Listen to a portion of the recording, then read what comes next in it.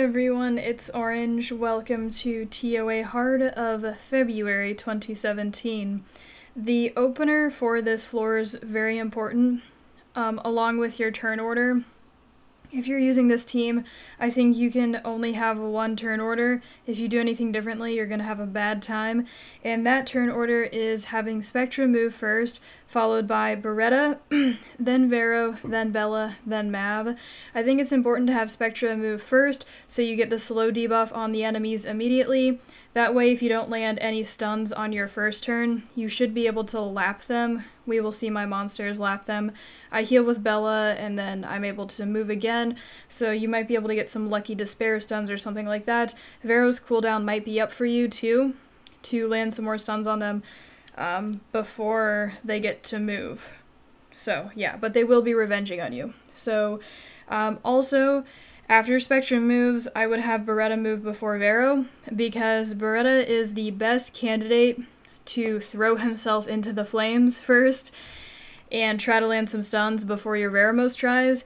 That's because of the enemy's elements. We have two wind monkeys, so I'm sure you guys know about elemental relationships. Wind is weak to fire, so the monkeys have a 15% reduced crit chance, as well as a chance of landing a glancing hit on Beretta. So Beretta's gonna be like the safest to, like I said, throw himself into the flames first.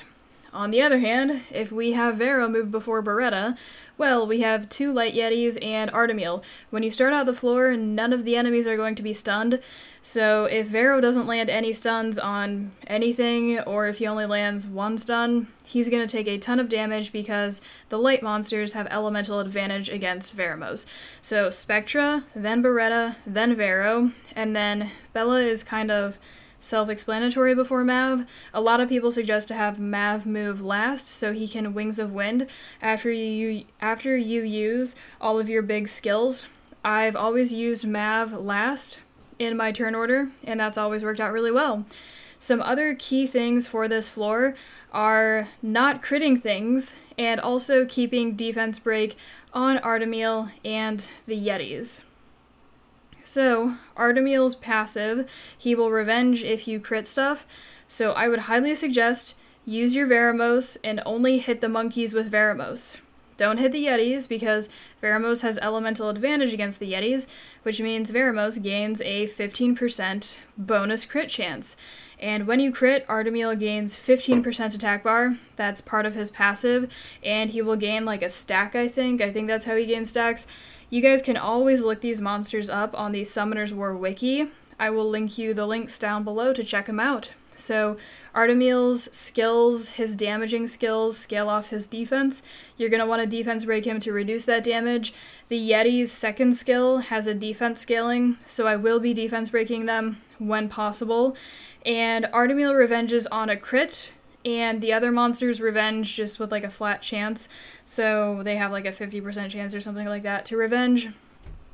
So, also Artamiel, on his first skill, he can remove some of your buffs with it. So for this floor, it's better to put debuffs on the enemies rather than on yourself.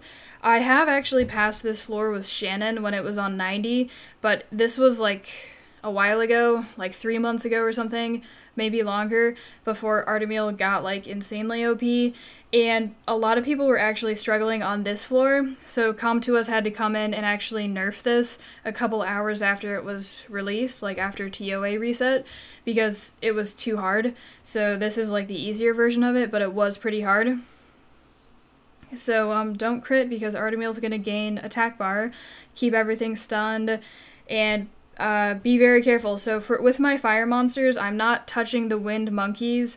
I do have to use Beretta's AoE, so he will hit the monkeys with that, but I use Spectra and Beretta to hit the light monsters, and then with Veromos, since he has elemental advantage against the Light Yeti and Light Artamiel, I'm going to hit the monkeys with him. I already talked about that. Let's talk about my runes. I will have my runes and my glory shot buildings in the description down below, as I always do. So I actually had to give my team some of my best runes to pass this floor. I do think you can pass this floor with slightly worse rune quality and maybe some glory shot buildings that aren't fully maxed out, but it's gonna be kind of tough. I would at least try it if I were you guys. to see how you do. I actually got down to Artamiel a few times, but I lost either Spectra or Beretta before. I think I had to attempt this floor 10 to 15 total times before I was able to beat it. And I have the right setup here. I lost Veramos. I believe he's the only monster I can afford to lose and managed to pass the floor still. Like I said, I had, I think, 2 runs where I lost either Beretta or Spectra, and my team just wasn't fast enough, even with Beretta in the leader slot, to keep up on taunts, keep up on attack bar resets. Artamiel just kept healing himself, and I couldn't outdamage him without that CC on him, or the attack bar reduction, or whatever you want to call it. I don't know if that's CC. I guess it is. So you can also try using Veramos in the leader slot. I tried that once, and it went okay, but I felt confident with using Beretta in the leader slot. I had one run where I died, one of my monsters died, it barely had any health left and something killed it, so I thought to myself, I was like, if I just had Veramos' leader skill, that monster probably would have lived, but I was also thinking at the same time, I'm like, my monster probably got in that situation because I was misplaying. At that point in time, I think my strategy was to kill the Yetis first, because the monkeys have the damage reduction passive where you do less damage to them compared to a normal monster, because they have that special passive thing. So I was thinking of going for the Yetis with like Spectra and stuff like that, and I wasn't doing my strategy of avoiding elemental advantage like I told you guys about. Use Veramos to hit the monkeys, use your fire monsters to hit the light monsters. So I think that was an important thing, and I was able to pass it with Beretta in the leader slot. I probably could have passed it with Veramos in the leader slot too if I just tried a few more times. Maybe more than a few. I think it's doable. If you guys are wondering which do I think is better, Beretta or Vero, it's hard for me to say because I can't quite tell how many extra turns my monsters got based on having Beretta in the leader slot. My monsters did lap the enemy monsters once at the beginning. The video's lagging right now because, I don't know, I think it's because I got a different internet service provider yesterday, and for some reason the Wi-Fi's been weird or something, so it's getting kind of weird here, and my monsters are like using skills, but they didn't actually, we didn't see them move. Right there I did make a mistake, actually. I think I taunted when I shouldn't have, and I didn't have it up or something, but I do remember realizing that the only reason he healed was because I made a mistake myself, and I knew that I can beat him with this lineup. Like I told you guys a little while ago, I did get stuck on him twice because he just out-healed me and I wasn't fast enough to get my CC on him. But this lineup is fine and it can kill him just fine. So I'm just going to work on him a little bit longer and soon he'll be dead. That's pretty much it for the video. Let me see if I can think of anything to tell you guys about for this floor. I think I kind of talked about how Artamiel can seize off your buffs when he revenges, so I think it's better to debuff the enemies if possible with things like with an attack debuff, defense debuff, as I have on my team. I was thinking about trying some other farmable options like the Fire Salamander, Crackdawn, or whatever his name is, but I feel like if you're looking for a really easy to obtain team, this is about the only thing you can really go with, because any other monster just doesn't bring enough for each slot. By all means, if you have better monsters than this, use them. Originally, I used Arya to clear this floor. I used Arya instead of Spectra because she basically does the same thing as him.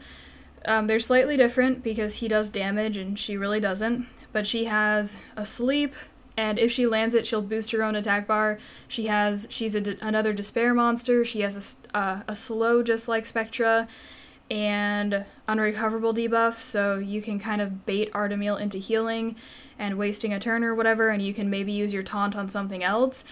So use those monsters if you have them. One other important thing that I forgot to mention, Mav's taunt. I don't think I always used it on Artamiel. It does help to taunt the Yetis sometimes, so that not everything is, you know, doing damage to your Veramos. So I did try to mitigate that damage from them focusing my Veramos so hard. Let me pause the video real quick and then continue talking. And then also Mav's taunt versus his stun. So I'm sure you guys, as you understand the level, basically everything on the other team is going to be revenging a bunch. So it's much more powerful to keep them stunned. But I went for taunts over stuns, so if I had the chance to throw out an extra taunt, I decided to do that over trying to go for a stun, because I think Mav's chance of stunning is like kind of bad. I don't know what the math is. I can actually do it right here real quick. Okay, so Mav's chance of stunning is 42.5% chance as long as you have 85, or not 85, sorry. As long as you have 45% accuracy on Mav, which is the hard cap for TOA hard. So 42.5 to stun versus 85% chance to taunt. So I went for taunts just to lessen the damage on Veramos because all of the light monsters are going to be going for Vero. So I just threw some taunts out to stop that. And then the stuns, I only did Mav's first skill if it was the only thing I could do. So that's what I found worked, but you guys can always try stunning instead of taunting if you want. You know, that's a thing. So I think those were all of my tips for this video. It was kind of long. Feel free to look up those monsters on the wiki. I'll have them linked down below, and I will also have my runes and stuff. Like I said, I do have pretty good runes. I had to give this team my best runes to actually make it work, but I do feel like I had kind of an easy time. It wasn't too terrible, so I do think you can do it if your runes aren't as good as mine, or if your glory shops are behind mine. So I hope you guys enjoyed all of my tips for this team. Like I said, I think this was like your best shot at a farmable team with like the lowest rune quality you could go with. I'm sure people can use a bunch of cracked ons to beat this floor if they have better runes than I had. But yeah, okay, so that was it. Hope you guys enjoyed. I will catch you guys later.